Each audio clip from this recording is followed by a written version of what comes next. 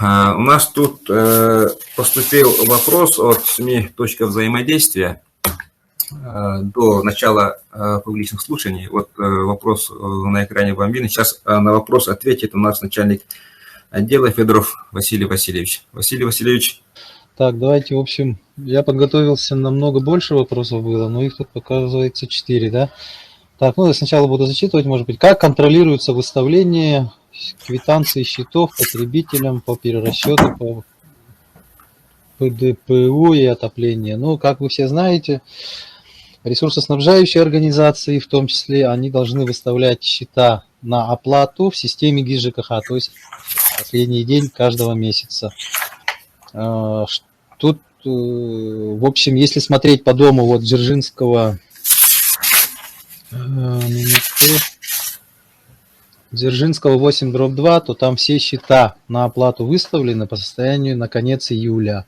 То есть счета за август будут выставлены в конце августа. Ну, как контролируется? Контролируется вот посредством мониторинга системы ГИС ЖКХ.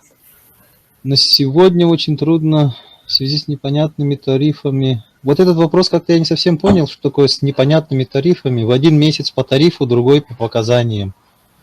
Как повлиять? Давайте так, по одному начну. Это, видимо, имеется в виду, какой способ оплаты за тепло предусмотрен в республике. Я так понял этот вопрос. Ну, как вы все знаете, у нас плата за отопление выставляется по среднемесячному, по показаниям прошлого года, кроме поселка Жатай. Ну, тут мне больше нечего сказать.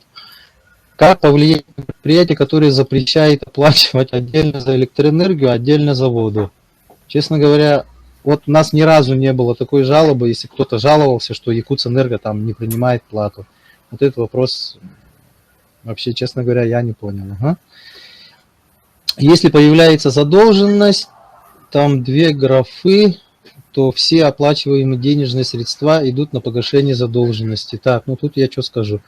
Тут скажу, что, значит, по Гражданскому кодексу, статья 319, в случае образования задолженности, в первую очередь за счет тех денежных средств, которые вносит должник, сначала погашаются все издержки кредитора, то есть задолженность, пени и так далее. После этого только погашается сумма основного долга. Ну, тут я ничего не могу сказать, это такой закон у нас. Так. На жалобы. Так, вот насчет перерасчета. Ага.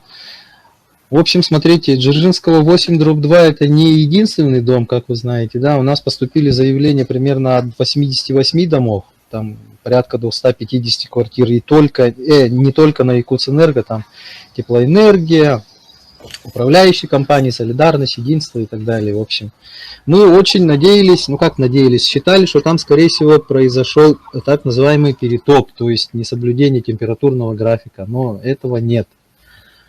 Затем мы проверили, значит, вот эти все, я имею в виду 250 заявлений, на правильность сумм корректировки, может там они неправильно посчитали там и так далее, но там тоже ничего существенного.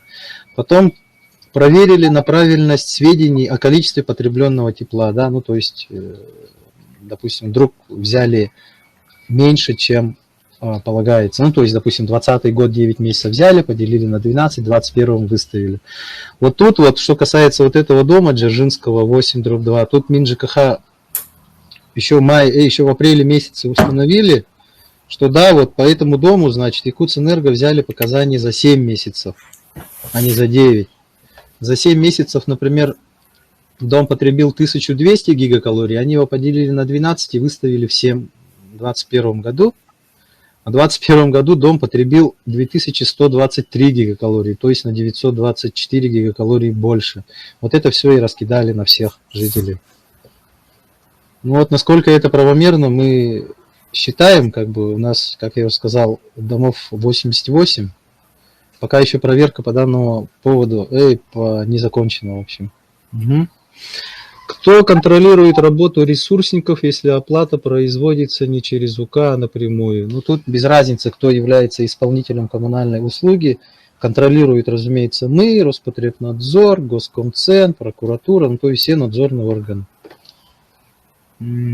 Как перейти с прямых договоров на УК? Это, видимо, имеется в виду, хотят, чтобы исполнителем коммунальной услуги был не ресурсник, а управляющая компания. Это делается очень просто. Созываете общее собрание, и на основании решения общего собрания составляется протокол, и, пожалуйста, переходите с прямых договоров на УК. Собственно, все.